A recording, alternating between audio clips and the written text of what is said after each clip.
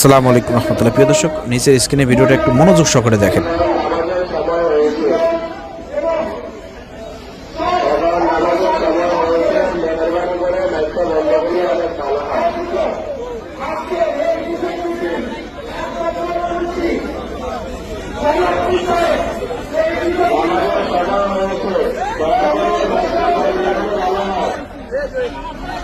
নামাজের সময় হয়েছে, দয়া করে মাইকটি বন্ধ রাখলে ভালো হয়। আমি প্রথমে শ্রদ্ধার সাথে স্মরণ করছি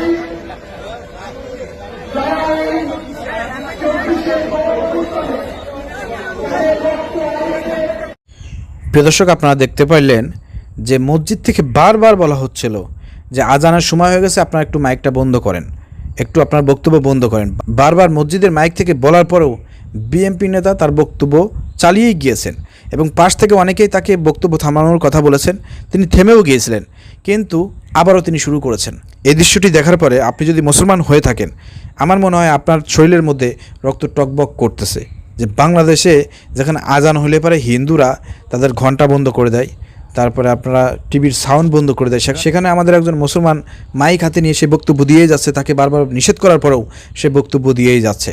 তো চিন্তা করে দেখেন, এ হচ্ছে বর্তমান বিএনপির নেতাদের ভাবগতি। ক্ষমতা পাইছে, গর্ত থেকে এখন উঠে এসে নিজেকে নেতা বলে একেবারে যা খুশি তাই করতেছে। কোনো আজান মানতেছে না, কোনো ইসলাম মানতেছে না, মনে করছে পাওয়ারে চলে আইছি।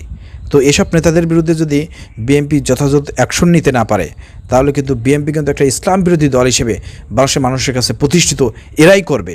অতএব ইসলাম বিদ্বেষী যারা আছে, ইসলামকে অবমাননা করে, আজানকে অবমাননা করে, এই ধরনের লোকজন যারা বিতর্কিত হবে বিএনপির মধ্যে থেকে, তাদেরকে অতিবিলম্বে দলের সাথে তাদেরকে দল থেকে বহিষ্কার করে বিএনপিকে কলঙ্কমুক্ত করতে হবে। ঠিক আছে প্রিয় দর্শক, ঘটনাটি কোথায় ঘটেছে একটু বলে দিই।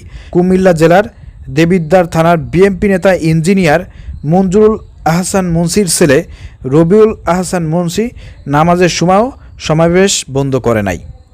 5 আগস্টে 2025 সালে এই ঘটনা ঘটেছে। আপনারা ভিডিওটি শেয়ার করে সবাইকে দেখার সুযোগ করে দেন এবং কঠিন প্রতিবাদ করেন।